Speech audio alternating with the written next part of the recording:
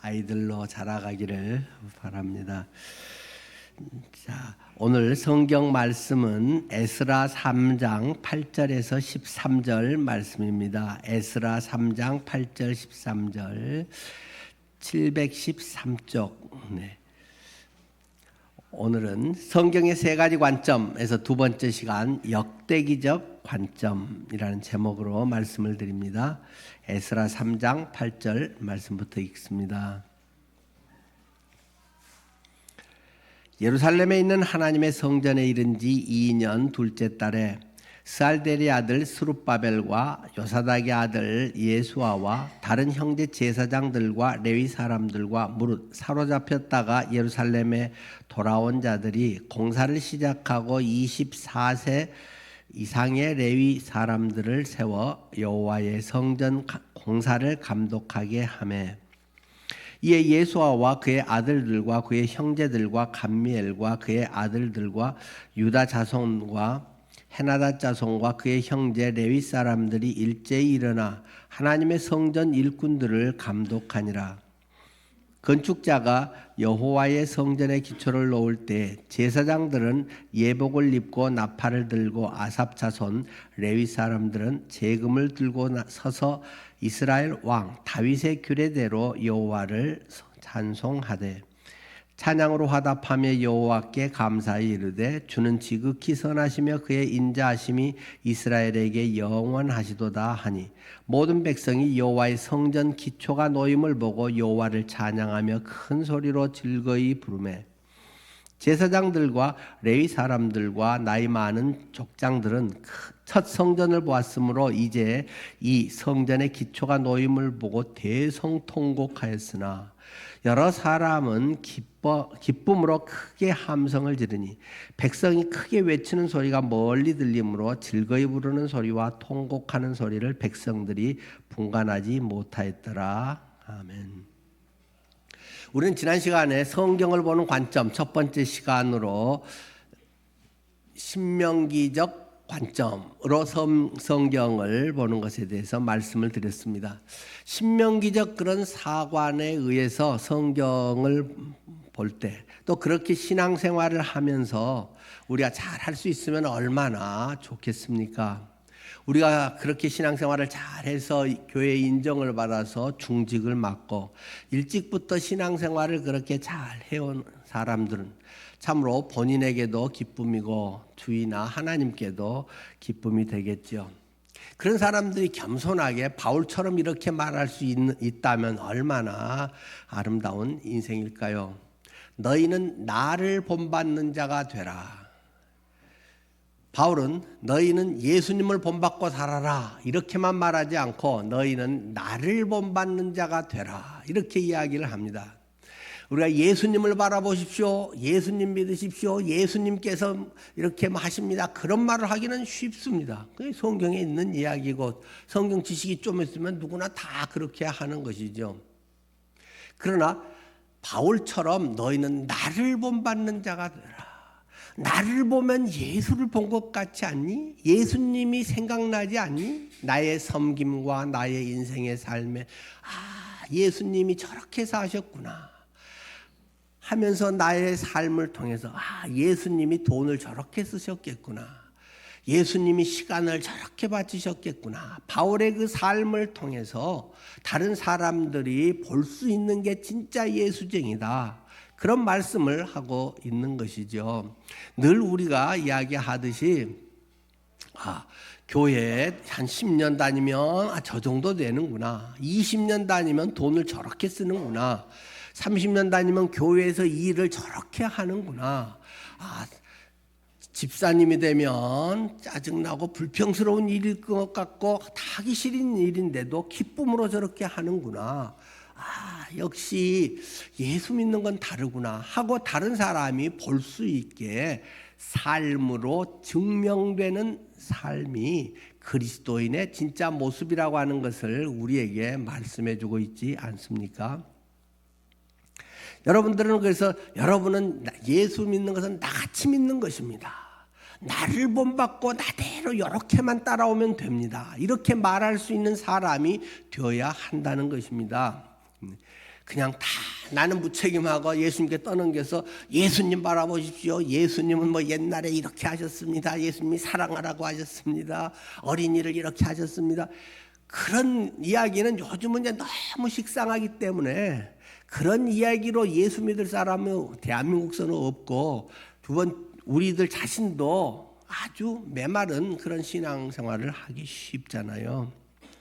야같이 이렇게 예수 믿으면 이렇게 하나님이 인도해 주십디다. 이런 복을 받습니다. 자, 저를 보세요. 제가 70대고 80대니까 얼굴이 다르잖아요. 벌써 주름진 게 다르잖아요. 어떤 사람은 얼굴이 우거지 쌍 같아갖고 뭔가 보면은 늘 근심 있는 것 같이 보이는 사람도 있는데, 가만히 있어도 어떤 사람 주름은 편안해 보이고, 야, 나도 늙으면 저렇게 얼굴이 저렇게 됐으면 좋겠다. 그런 사람들이 있잖아요. 예수 믿으면 그렇게 되어가야 하는 것은 참으로 복된 일이고, 다 그것은 우리의 미래의 모습 아니겠습니까? 이 신명기적 관점에서 하나님께 순종하고 주님 앞에 바로 살면 하나님이 복되게 하셔서 그런 하나님의 은혜의 삶을 누리게 산다라고 하는 걸 말해줄 수 있는 것이죠. 자, 그럼 오늘 역대기적 관점에서는 조금 다른 측면을 또 얘기하려고 하는 것입니다. 우리가 집을 볼 때도 설계도를 보면은 정면도가 있잖아요. 앞에서 보면 이렇게 생겼습니다. 근데 옆에서 보면 이렇게 생겼습니다 하고 측면도라는 것이 있고, 위에서 보면 이렇습니다는 평면도가 있잖아요. 성경의 관점에서도 무조건 처음부터까지 다 하나님의 말씀, 한자도 틀림이 없는 말씀, 진리의 말씀, 그냥 그렇게 하면서 모든 걸 똑같이 역사서도 그렇게 보고 시편도 그렇게 보고 욥기도 그렇게 보고 예언서도 그렇게 보고, 그러면은 헷갈릴 수밖에 없는 것이죠. 다 하나님은 그런 때로의 관점과 그것을 대하는 그런 것들을 우리에게 했기 때문에, 그런 것은 이제 성경 공부를 통해서 우리가 여러 번 다루었습니다만은, 그런 것들이 이제 잘 정립이 돼야 되는 부분이고, 그래서 우리는 역대기적 관점이라고 하는 것을 잘 정리를 해보려고 하는 것입니다. 며칠 전에 카슈미르 분쟁이 일어났죠. 카슈미르 테러가 일어났습니다. 이 카슈미르 지역이라고 하면은 그 세계사에 관심 있는 분들은 금방 올 것 같아요. 파키스탄하고 인도하고 그 접경 지역에 그것을 서로 간에 우리 땅이다 하고 막 영유권을 주장하는데 명확하게 선을 긋지 못하고, 거기에 대해서 이제 어떤 관리의 영은 갖되 서로 직접 어떤 통치를 하기는 어려운 그러한 그 카슈미르 지역이 있습니다. 그 지역이 굉장히 넓어서 우리 한반도만 한 그런 영역이 지금 그 카슈미르 지역으로 남아 있습니다. 거기서 남쪽은 이제 인도형으로 돼 있고, 그 위쪽 특히 이제 왼쪽 중심으로 한 데는 파키스탄형으로 돼 있고, 오른쪽에 또 중국이 끼어 들어갔고 야금야금해서 중국령이 또 이렇게 해서 세 군데가 이 카슈미르 지역을 지금 차지하고 있는데, 얼마 전에 파키스탄이 직접 내가 했단 말은 안 하지만 다 뻔히 보이는 속으로 그 인도령의 그쪽으로 그 테러범들이 와서 사람들 중에서 27명이 죽고 17명인가가 지금 다쳤습니다. 그래서 지금 양쪽이 결사항쟁을 하겠다 해서 지금 전쟁을 서로 선포하고 하는 직전에 지금 와 있습니다. 결국 영토 분쟁의 그런 문제들이 지금 곳곳에서 계속 일어나고 있는 것이죠. 자, 오늘은 이 국가에 대한 것을 먼저 말씀을 드리려고 합니다. 우리가 잘 알고 있듯이 국가라고 하는 것이 형성되기 위해서는 기본적으로 세 가지가 필요하다고 하지 않습니까? 근데 이제 요새는 이러니까 조금 겁나네요. 워낙 발달해가지고 카메라가 좋아서 이렇게 하면 이게 찍어서 그 사람의 개인정보가 돼가지고 요새는 이렇게 하라고 은행도 손바닥 이렇게 해서 하잖아요. 그 정도로 지문까지 카메라로 요새는 앞으로 하면 찍힐 정도로 발달이 지금 됐다네요. 어쨌든 저는 틀릴 게 별로 없으니까 세 가지 국가의 조건이 있죠. 뭔가요? 영토, 국민, 주권. 영토가 있고 국민이 사람이 있어야 되고 주권이 있어야 정상적인 국가라고 이야기를 하지 않습니까? 그런데 지금 이스라엘 상황은 어떻습니까? 이스라엘은 북왕국 이스라엘이 기원전 722년에 당시 세계 최강대국이었던 아시리아에 의해서 멸망을 당하고 맙니다. 그리고 그 이후에 남왕국마저도 기원전 586년에 바벨론에 의해서 멸망을 당하고 맙니다.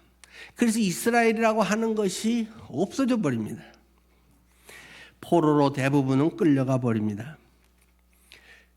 그런데 이 바벨론이 또 나중에 어느 나라에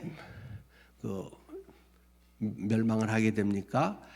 페르시아, 성경에는 파사라고 나오죠.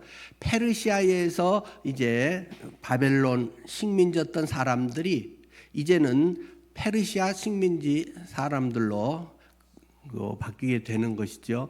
그러면서 페르시아의 왕이 아주 걸출한 왕이 등장을 해서 그 왕이 아주 관용 정책을 베풉니다. 성경에는 그 이름을 고레스 왕이라고 합니다. 세계사에서는 키루스라고 이야기를 합니다. 이 키루스 고레스 왕이 관용 정책을 베풀어서 자 너희들의 본국에 돌아가서 생활을 해도 된다. 그리고 너희들의 그런 종교를 믿은 것도 허용해 주마. 이런 정책에 의해서 자 돌아가고 싶은 사람은 돌아가거라. 이렇게 해서 이스라엘 그 백성들의 일부가 이스라엘에 가겠다고 하는 것입니다. 그러나 그것은 쉬운 일이 아닙니다. 벌써 온 지 수십 년 되고 포로 생활 기간이 70년이잖아요. 하여튼 이건 조금 복잡하긴 합니다만은 그 성경에 보면 586년부터 이 스룹바벨과 나중에 돌아오기 시작한 512년까지 그 사이는 한 50년이 되고요. 전체 그런 기간을 하면 70년 되고 성경 파노라마 공부할 때 거기 쭉 아마 여러분들께서 그때 그 정치적 군사적으로의 70년 그리고 성전이 무너지고의 성전 그 관점에서 70년 두 가지 있는 것을 전에 공부했으니까 오늘은 여기서는 복잡하게 거론하지 않겠습니다. 어쨌든 최소한의 586년부터 512년이라든지 이제 이런 어떤 것 사이에도 최소 50년에서 한 70년 정도의 그런 그 포로기의 공백이 있지 않습니까? 그런데 거기서 돌아오면 이스라엘에 뭐가 있겠습니까? 우리나라가 일제 강점기 한 35, 6년 지냈는데도 그 이스라엘의 70년에 의하면 절반밖에 안 되는데도 완전히 여기서 옛날에 부자라고 해서 다시 그것을 찾기도 어렵고 여기에서 다시 뭘 해낸다는 게 쉽지 않죠.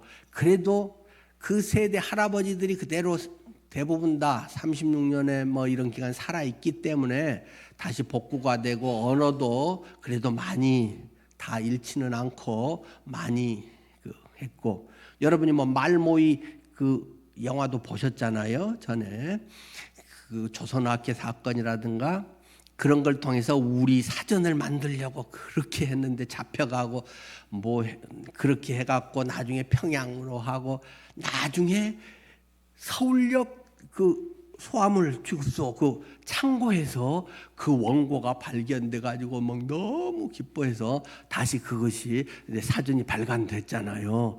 그 발간한 그 사전이 저한테 지금 있단 말입니다. 제가 그걸 딱 구해가지고 저희 집에다 딱 꽂아놨어요. 근데 이제 그 여러 판이 나왔어요. 제가 전부 초판은 아니고, 네. 하여튼 그때 바로 찍은 이제 그 말모이에서 나온 영화에 나온 그 이제 사전을 제가 갖고 가끔 이렇게 한번 뒤적여 보면서 그런 그 조국의 언어를 회복하기 위해서 애쓰시는 그런 정서를 좀 느껴보기도 하고 그렇습니다. 어쨌든 간에 거기서 주로 50년, 70년 되면 대부분은 거기서 태어난 사람들이고 거기서 학교 다니고 거기 언어에 익숙하고 거기에서 사람들 만나고 취직하고 결혼하고 뭐 거의 이렇게 됐기 때문에 본국으로 돌아간다고 하는 현실 앞에서는 난감하기 짝이 없는 일입니다. 웬만하면 돌아갈 수가 없는, 오면 뭘 먹고 살 데도 없고 뭐가 어떻게 될지 대책이 없는 데죠. 그럼에도 조국의 독립을 위해서 나는 조국에 돌아가서 문직이라도 좋다는 그 백범 김구 선생의 그런 백범일지에 있는 그런 말들처럼 그래도 하나님의 백성으로 살고자 하는 그런 사람들은 꼭 남아있다는 것입니다. 그들이 이제 돌아오게 되죠. 근데 막상 돌아오는데 그들이 혈통적인 것 외에는 아무것도 없다는 것입니다. 국가가 형성되기 위해서는 아까 영토가 있어야 된다고 했는데 영토는 페르시아 영의 그 식민지일 뿐이기 때문에 그 이스라엘 백성들의 그런 땅은 아무것도 없습니다. 주권이 있어야 국가라고 했는데 주권은 페르시아 왕권이 있을 뿐이지 그들이 무슨 주체가 돼서 할 수 있는 건 아무것도 없습니다. 한 가지 있다면 사람 돌아온 몇 명들, 그리고 거기에서 옛날 끌려가지 못하는 후손들이라든가 뭐 여러 가지 이제 또 좀 그런 어떤 사람들 일부 남아있는 사람들, 이런 사람들의 혈통적인 것, 나는 유대인이야, 유대인의 피가 흘러, 이런 것 말고는 아무것도 없는 것입니다. 그래서 그 사람들이 이제 돌아오긴 돌아왔는데 고민이 생긴 것입니다. 먹고 사는 고민도 물론 있겠지만 더 중요한 고민이 있습니다. 육체적으로 먹고 사는 것보다 더 중요한 건 정신적 영양가입니다. 육체적으로는 잘 먹고 산 사람들이 자살하는 사람들이 있습니다. 왜요? 정신적인 존재의 의미를 모르고 허망하고 삶에 대한 의욕이 없고, 그러면 부잣집 사람들도 자살을 할 수 있습니다. 그들이 이 영적인 면에서, 우리가 하나님의 백성이라고 했는데 영적인 면에서 과연 우린 뭐야? 우리는 정말 이스라엘 맞아? 아니면 옛날에만 이스라엘이었던 거야? 지금도 우리는 이스라엘 백성인 거야? 이런 정체성의 혼란과 고민이 그들에게 생겼다라고 하는 것입니다. 도대체 뭐가 이스라엘이라는 거지?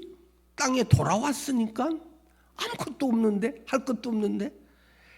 이런 혼돈과 좌절 속에 빠져있던 이스라엘 백성들을 위해서 이스라엘의 영적 지도자들과 역사가들이 이제 움직이기 시작합니다. 그것을 탐구하기 시작합니다. 지도자와 역사가들의 하는 일은 그러한 것입니다. 그런 혼돈과 막 뒤엉켜 있는 것을 가닥을 추려서 바로 하고 그 묻혀있는 진주와 같은 본래 정체성을 찾아내주는 것입니다. 근데 우리의 정치 상황이나 우리의 역사 이런 걸 보면 더 혼란을 막 부추기는 건 아닌가, 거꾸로 가고 있는 건 아닌가, 그런 생각이 많이 염려가 되는 그런 상황입니다. 하여튼 지도자들이 이러한 정체성에 대한 명확한, 우리 민족이 가야 할 길은 이것입니다. 잘 사는 길이 이것입니다. 부자 되는 것이 이것입니다가 아니라 우리 민족다운 하나님의 백성으로서 살아야 할 우리의 삶의 지표는 이런 것입니다라고 영적 지도자들이 말할 수 있어야 할 것입니다. 무엇이 과연 이스라엘이란 말인가? 누가 진정한 이스라엘 백성이란 말인가? 하는 것에 대한 대답을 줘야 됩니다. 비록 우리의 현실이 가난하고 주권도 없고 영토는 없고 혼란 속에 있지만 우리의 진정한 핵심은 무엇이란 말인가를 찾는 것이 이 역대기적 관점이라고 하는 것입니다. 과연 누가 진정한 이스라엘 사람이라고 할 수 있는가? 하나님의 백성됨의 존재, 의미, 정체성은 어디에 있는 것인가? 오늘 여러분들은 내가 그리스도인이라고 하는 정체성은 어디에 있는가를 찾아봐야 됩니다. 나는 교회 다닌다. 예수님이 날 위해서 죽으셔서 내 구원받아서 난 지옥에 안 간다. 그런 정도만 말고, 그것도 물론 귀한 것이지만은 그리스도인의 정체성, 이 시대 속에 내가 그리스도인으로 지금 현재를 살아가고 있는 나의 삶의 행보는 무엇인가, 나의 삶의 목적은 무엇인가를 그리스도인은 봐야 한다는 것입니다. 그래서 지도자들과 역사가들은 결국 답을 찾아냅니다. 한마디로 그것은 성전 예배를 드리는 사람이 진정한 그리스도인이다 라는 것이 그들의 해답이라고 하는 것입니다. 성전 예배를 드리는 사람이 그리스도인, 하나님의 백성이고, 성전 예배를 드리지 않는 사람은 하나님의 백성이라고 할 수 없다라는 것이 역대기적 관점이라고 하는 사실입니다. 그러면서 그들은 성경을 풀어서 그들에게 이야기하기 시작합니다. 이스라엘의 역사의 시작은 과연 어디에 있었는가? 그러면서 그들은 믿음의 조상 아브라함이 어떻고라기보다도 그보다 더 거슬러서 올라갑니다. 그렇게 해서 올라간 데가 아담입니다. 역대상 1장 1절은 단 3단어가 등장을 합니다. 3명의 이름이 등장합니다. 아담, 셋, 에노스. 1장 1절이 전부 그 내용이 전체가 그겁니다. 역대상 1장 1절에 탁 처음 등장하는 것이 아담입니다. 아담. 믿음의 조상 아브라함, 마태복음 같은 데는 그리스도를 말해야 되기 때문에 아브라함과 다윗의 자손 예수 그리스도의 계보라라고 시작을 하는데, 역대기에서는 우리의 정체성의 뿌리가 진정 어디에 있단 말인가? 그것은 아담에게서 비롯됐다. 아담이 뭘 어쨌다고? 아담 때부터 그들은 하나님께 예배를 드렸다. 아담이 하나님께 예배를 드리고, 그것이 구체적으로 나타난 것이 그 아들 가인과 아벨의 제단을 쌓는 것에서 우리에게 제시되고 있는 내용입니다. 그것은 일상화되어 있었는데, 가인은 곡물을 가지고 자기 있는 대로 대충 드렸고, 아벨은 자기의 첫 새끼 양의 첫 새끼를 가장 흠없는 것, 가장 좋은 것으로 하나님께 예배를 드렸다. 하나님께서 아벨의 예배를 받으셨다. 그들이 사람됨, 하나님의 사람들로서 해야 하는 가장 중요한 핵심적인 것은 예배다라고 하는 것을 역대기 기자들이 지금 말하고 있는 것입니다. 그 제단을 쌓았던 것이 나중에는 성막이 됩니다. 그리고 성전이 됩니다. 성막을 가지고 그들은 계속 시내산 이후에 이동을 하게 되고, 솔로몬은 드디어 대단한 성전을 지었습니다. 그런데 지금 그 성전이 다 파괴되어 버렸다는 것입니다. 586년에 바벨론의 침략에 의해서 그 성전은 다 파괴되고 뿔뿔이 다 잡혀가고, 그들은 다시 어떤 힘을 얻지 못하고 지금 이렇게 포로 생활을 하고 있다는 것입니다. 이 성전을 회복해야 된다, 이 성전에서 예배를 해야 된다 하는 것이 그들이 목표로 삼은 것입니다. 물론 이것은 오늘 우리 신약시대와는 조금 차이가 있습니다. 신약시대의 사도행전 2장의 오순절 성령 강림 사건에 성령이 강림해서 각 사람의 마음속에 있습니다.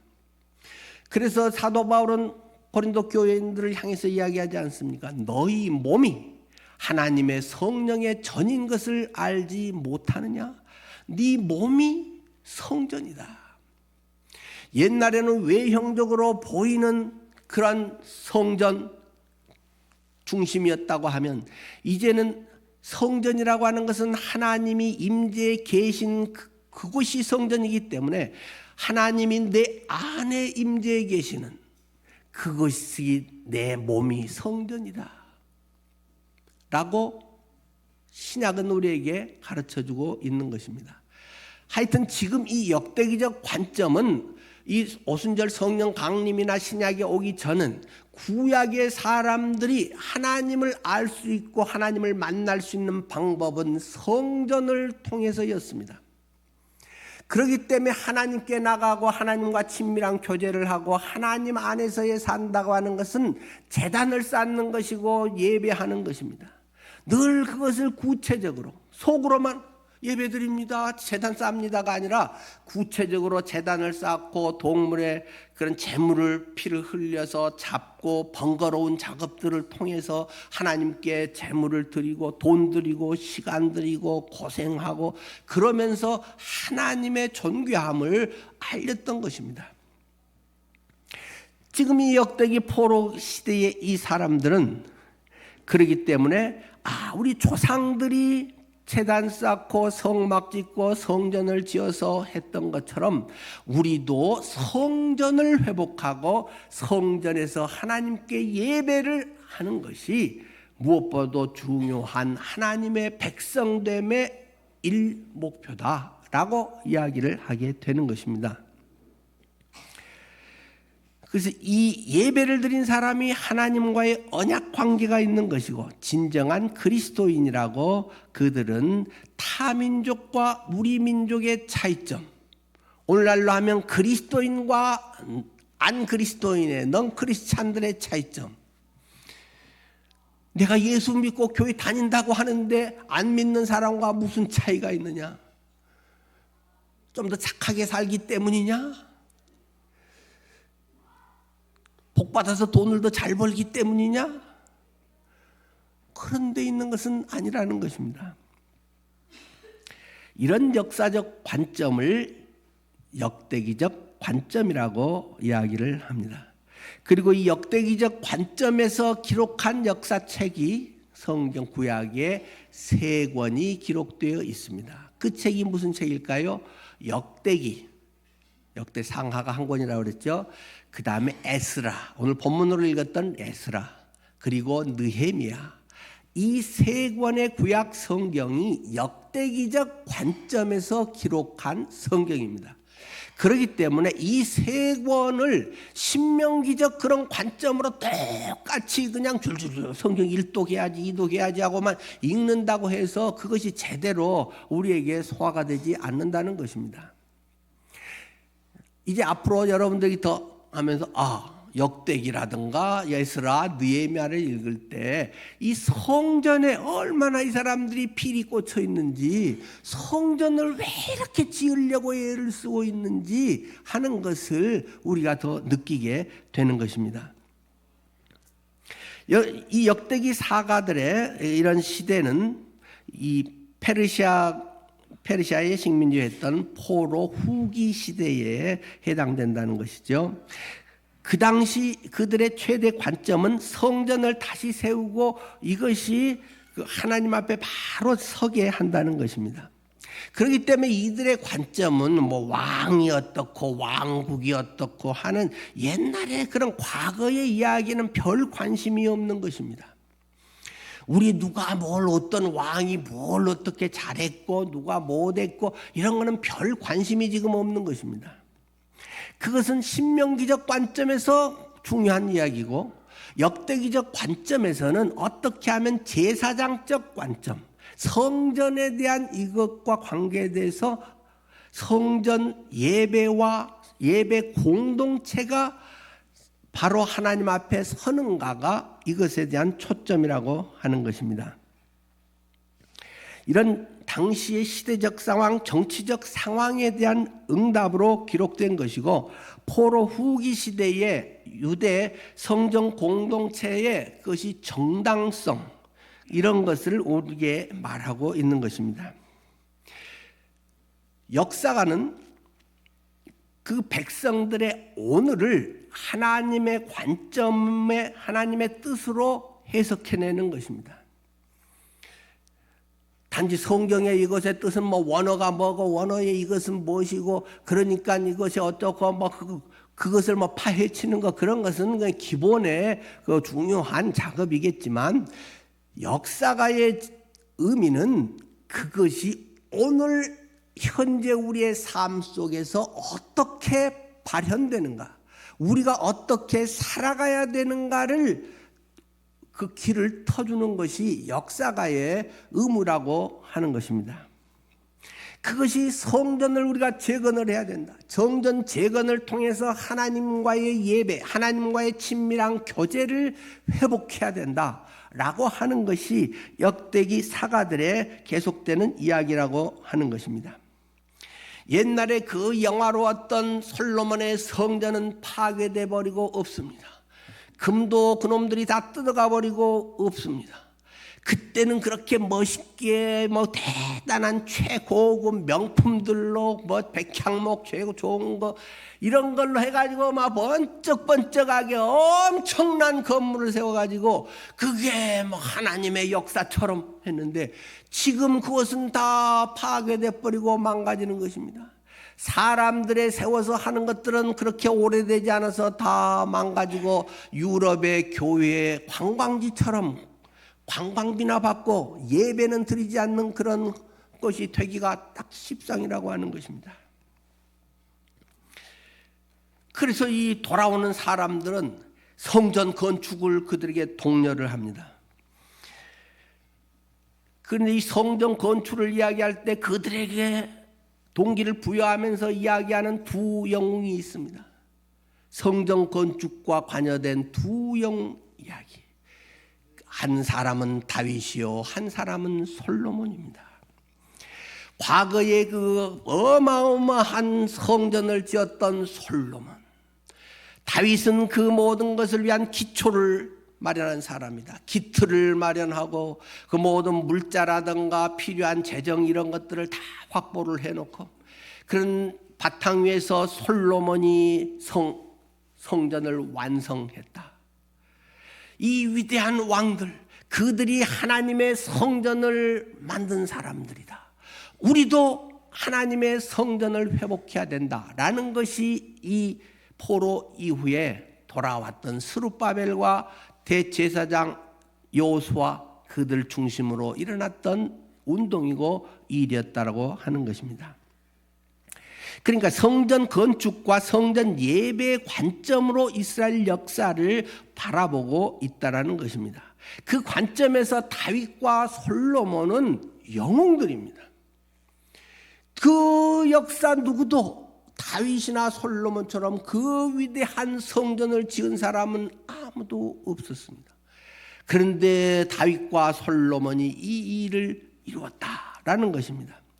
그렇기 때문에 그 관점에서 보니까 역대기에는 다윗의 밧세바 간음 사건은 일절 기록되어 있지 않습니다. 솔로몬의 그러한 이방 여인들을 아내로 맞이해가지고 우상 숭배가 완전히 드글드글하게 만든 그런 사건도 언급하고 있지 않습니다. 그것은 다윗과 솔로몬을 미화하기 위해서가 아니라 그러한 내용은 이미 다윗의 밧세바 간음 사건은 사무엘하 12장에 자세히 기록되어 있고 이미 기록되어 있는 그 내용, 신명기적 관점에서 다윗은 그때 나쁜 놈이야. 지 부하 장수의 아내를 빼앗은 아주 나쁜 놈이야. 4배의 벌을 받아서 그래서 지 자녀들 3명이 죽고 밧세바에 낳은 아이 첫 아이가 죽잖아요. 하나님이 4배를 너희에게 갚으리라 하는 그 율법의 기준에 따라서 그 자식들이 서로 싸우고 죽이고 난리하는 그 피눈물 나는 고통을 아브라함은 고스란히 감당하면서 놔둬라. 내 죄가 있어서 하나님이 심판하는 것을 내가 어쩌란 말이냐 하면서 그냥 압살롬 자식이 왕좌를 차지해서 쫓아내니까 그냥 허겁지겁 도망가는데 시므리라고 하는 놈이 나타나가지고는 다윗 나쁜 놈 살인자 뭐라고 막 이야기했는데도 요압 장군이라 저놈 가서 죽여버릴까요? 하는데 놔둬라. 하나님이 허락하시고 내 회로 내가 받는 거야. 그런 얘기를 그래서 하는 거잖아요. 이미 거기에서 얘기했고, 솔로몬 경우도 솔로몬은 아주 영특하게 정치를 잘해서 솔로몬 시대에 큰 전쟁도 없었고 무역도 활발하고 경제적인 것도 엄청 늘어나고, 그렇게 그가 잘할 수 있었던 것은 정략 결혼을 잘한 것이다. 물론 여러 가지 다른 것도 있지만은 정략 결혼을 잘 해가지고 주변의 나라와의 관계되면 전부 네 딸 내 아내로 삼아줄게.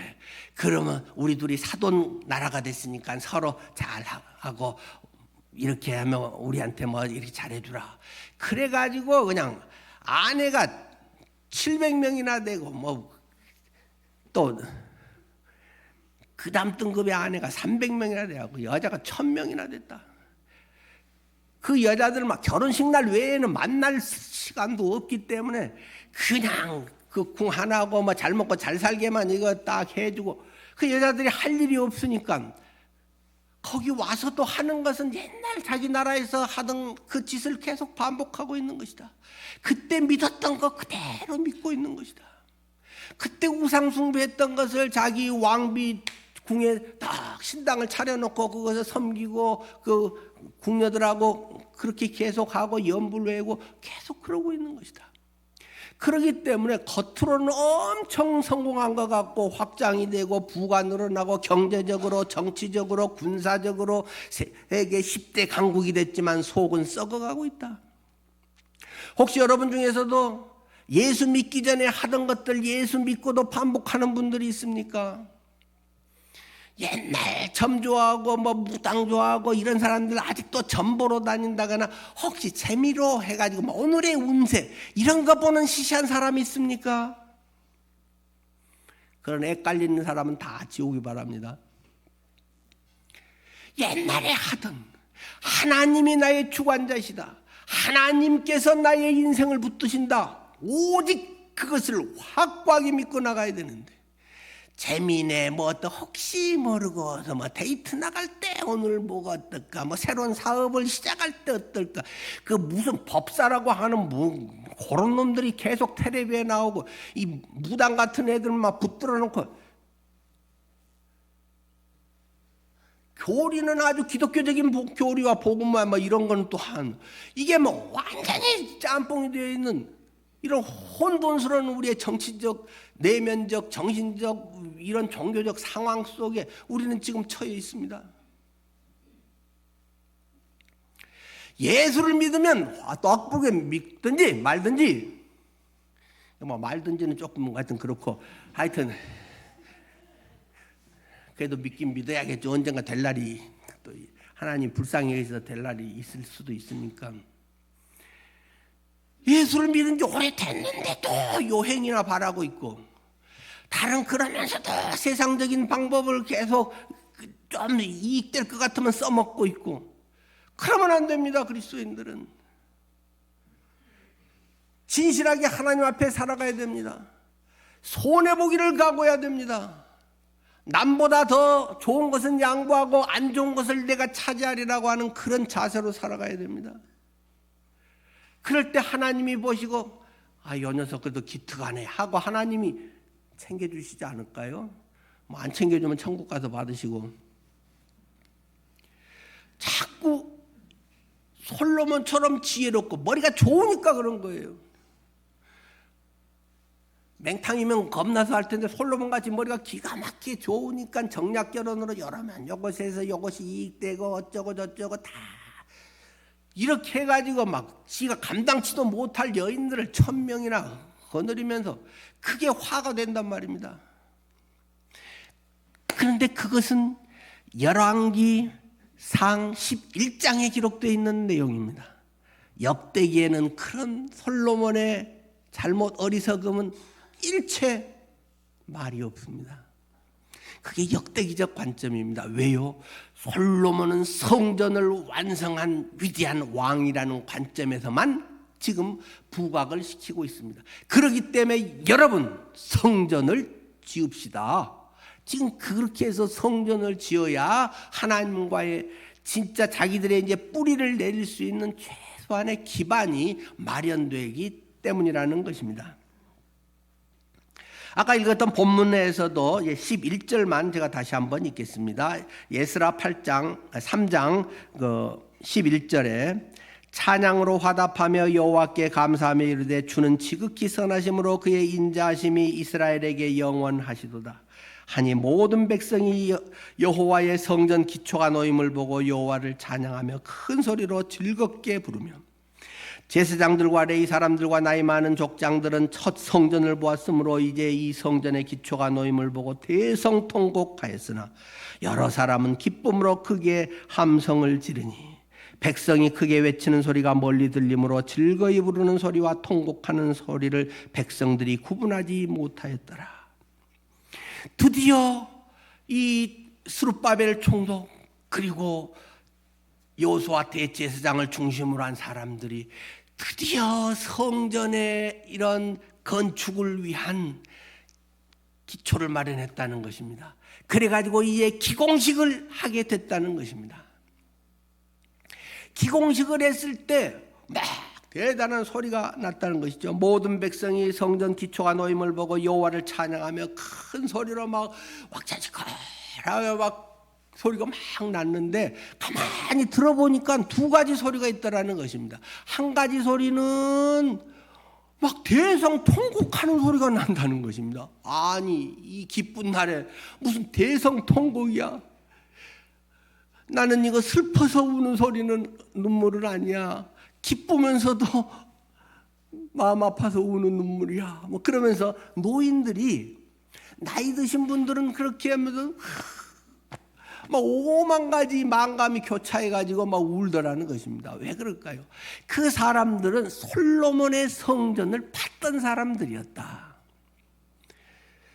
아주 꼬맹이 때 아빠의 손을 잡고 그 성전에 가서 와 하고 감동을 하고 예배를 듣던 그런 사람들이 나이가 이제 만 70대가 되고 뭐 나이가 이제 많은 사람들이 그때를 보고 야 솔로몬의 성전에 비하니까 너무 초라하다.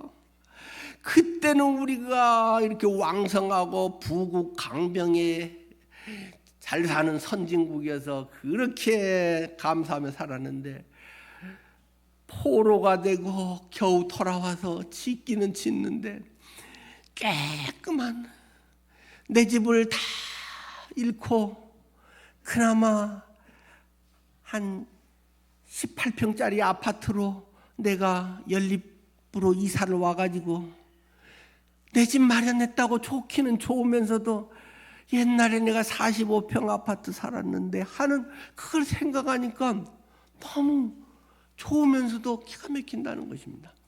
그런데 한편에 젊은 사람들은 성전은 말만 들었지 처음 보는 것입니다. 야, 이 성전이 있어야 되고 성전 예배가 있어야 진정 하나님의 백성이 되는데 우리도 내 집 마련이 되네. 우리도 성전을 짓게 되네. 기공식을 하면서 옛날은 난 잘 몰라.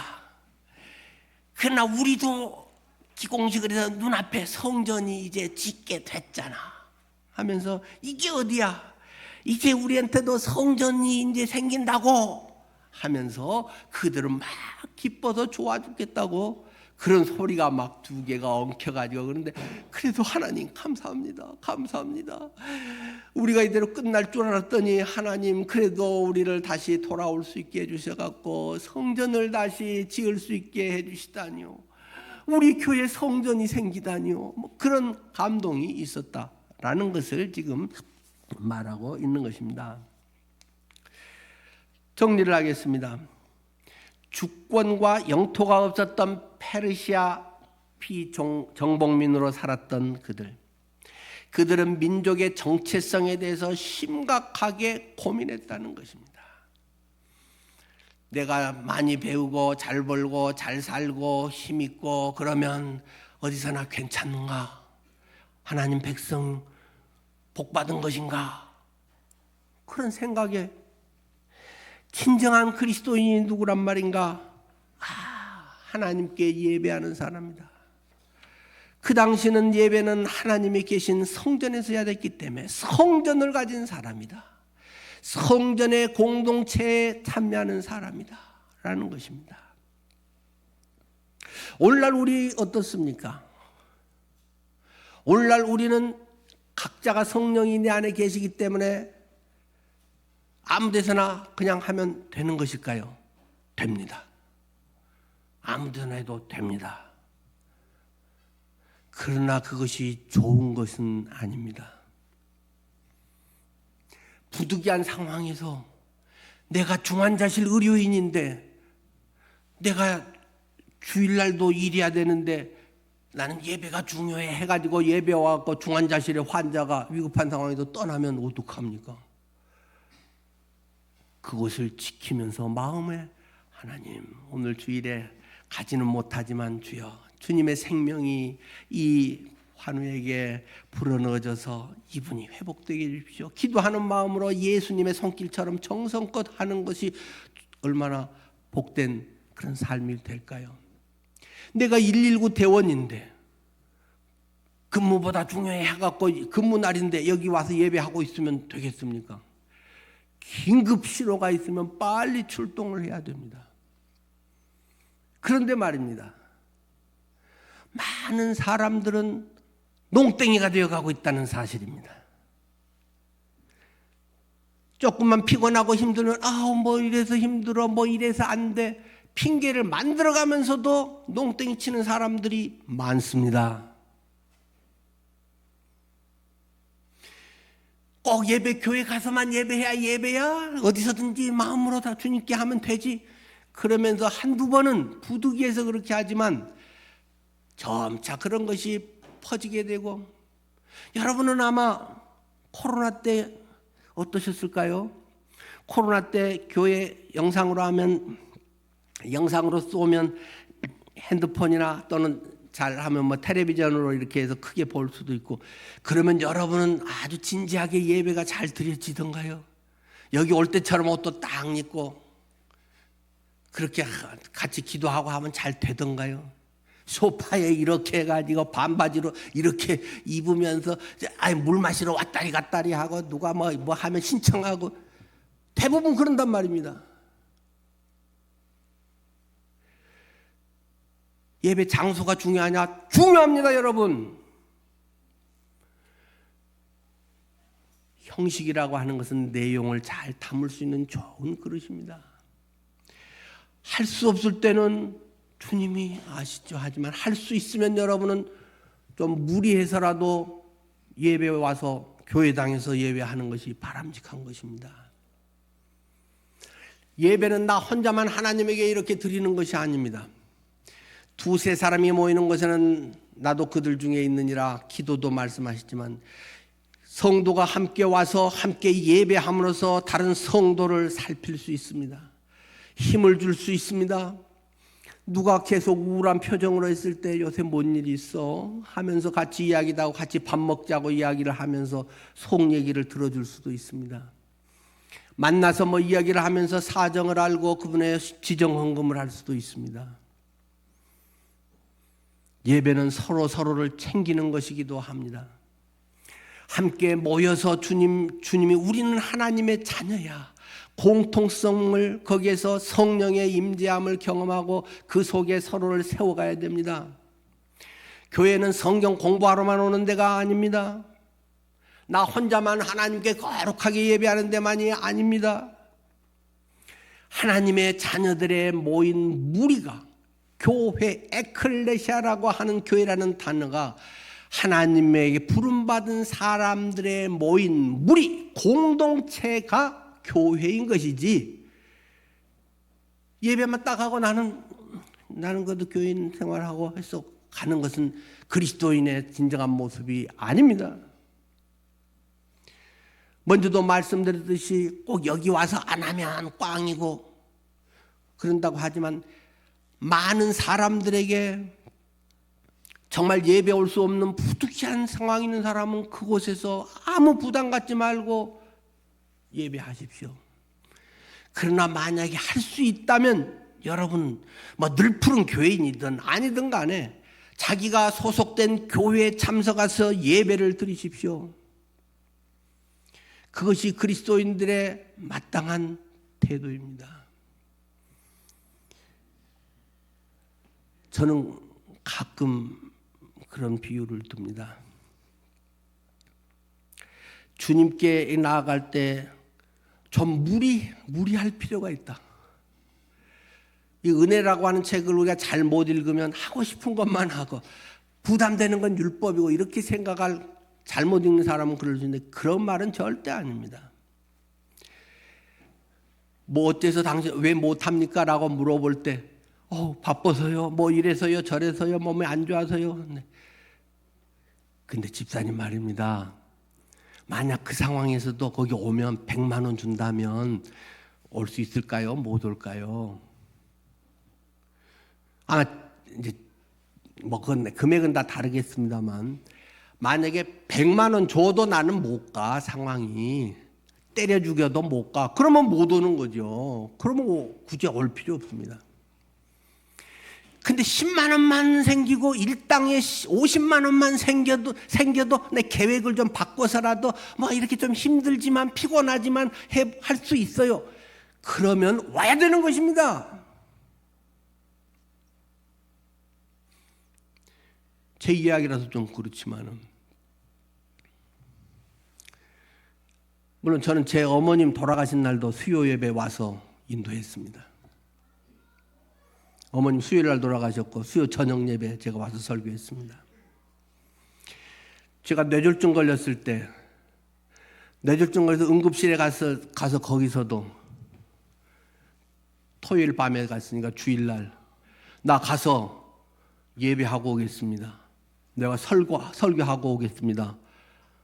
의료진에게 제가 이야기를 했습니다. 그랬더니 의사가 당신이 지금 어떤 상황인지 모르고 절대 안정을 취해야 되는데 교회에서 누구 신방도 찾아오지도 말라고 그러세요. 절대 안정입니다. 그래가지고 못 왔습니다. 물론 꼭 극단적으로 그래야 할 것은 아닌 줄 압니다. 여러분이 할 수 있으면 웬만큼은 무리하십시오. 세상에서 공부 하나 잘하려고 하는데도 새벽에 일어나서 영어 학원 다니고 건강 위해서 새벽에 수영하러도 가고 다른 것도 무리해서 돈 좀 모아갖고도 비싼 학원도 다니고 하나님을 위해서 예배하는 데에 무리하지 않고 그냥 될까요? 시간 나면 될까요? 그런 널널한 사람이 세상에 얼마나 있겠어요? 요즘같이 바쁜 세상에 중요한 것을 위해서 여러분의 인생을 내던지셔야 됩니다. 그것이 꼭 교회를 와야 된다 또는 성전에 뭘 해야 된다 그것에 국한되는 이야기는 아닙니다. 앞에서 이미 말했듯이 성령이 이미 내 안에 계시기 때문에 우리는 공간적인 여기에 그렇게 구애받는 것은 아닙니다. 하지만 마음까지 퍼져서는 안 됩니다. 자기 합리화를 너무 쉽게 해서는 안 됩니다.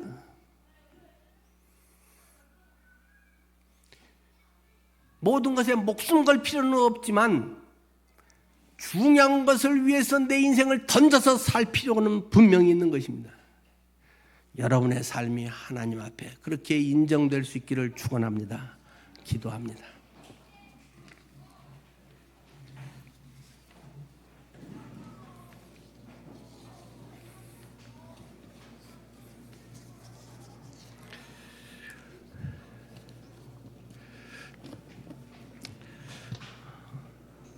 너희는 먼저 그의 나라와 의를 구하라. 그리하면 이 모든 것을 너희에게 더하시리라. 주님 말씀하신 것이 우리의 삶에 먼저 하나님의 나라가 되게 하옵소서. 예수님 이름으로 기도드리옵나이다. 아멘.